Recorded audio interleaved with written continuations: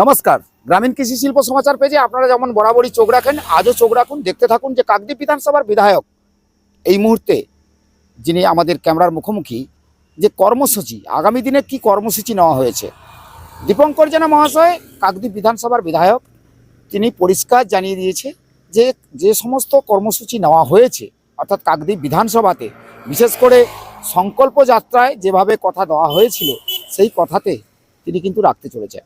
তিনি পরিষ্কার বলে দিয়েছেন যে আগামী দিনে যে কর্মসূচি আমাদের ছিল এবং যখন তারা সরকারে আসেনি তখন তারা সংকল্প যাত্রায় যেভাবে বেরিয়েছিলেন এবং সেখানে যে সাধারণ মানুষকে কথা দিয়েছিলেন সেই কথা রাখতে তিনি কিন্তু আজকের ক্যামেরার মুখোমুখি তিনি কি জানিয়েছেন নিশ্চয়ই শোনাবো।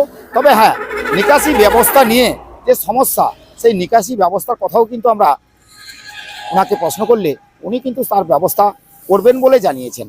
যে তৎকালীন সরকারের যে সমস্ত কাজ পড়ে রয়েছে সেগুলো কিন্তু ত্বরান্বিত করার জন্য তিনি কথা দিয়েছেন এবং তিনি কি বলেছেন আপনাদেরকে সরাসরি শোনাবো।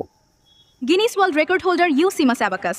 আপনার সন্তানের গাণিতিক দক্ষতা বৃদ্ধি করুন, দ্রুত গণনা করার দক্ষতা, সৃজনশীলতা বৃদ্ধি এবং অভিজ্ঞ প্রশিক্ষক। কাকদ্বীপ ব্রাঞ্চে যোগাযোগ করুন। কাকদ্বীপ বিধানসভার বিধায়ক, আর এই মুহূর্তে আগামী দিনের কর্মসূচি এই মুহূর্তে অঞ্চলে অঞ্চলে যাচ্ছেন, সেটা কিন্তু একটা পদক্ষেপ। তার পাশাপাশি কর্মসূচি কি রয়েছে? কর্মসূচি হচ্ছে 18 তারিখে, আমাদের জুনের 18 তারিখে আমাদের বিধানসভা শুরু হবে।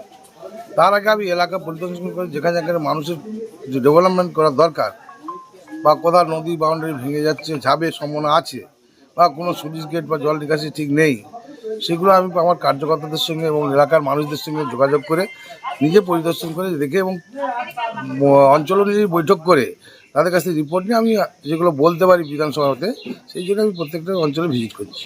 এখনো ভিজিট চলছে।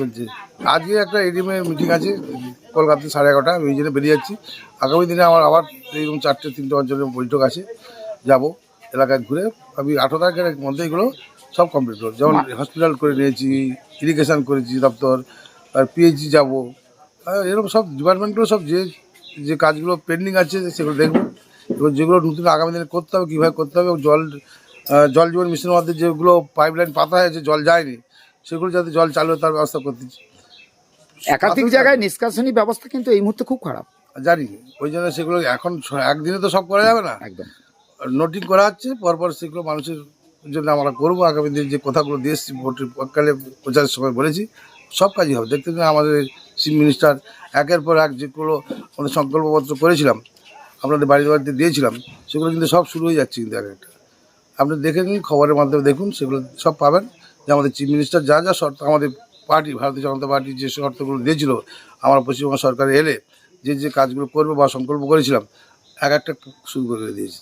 Thank you. আশা করি আগামী 2-3 মাসের ডেভেলপমেন্ট অনেকটাই হয়ে যাবে।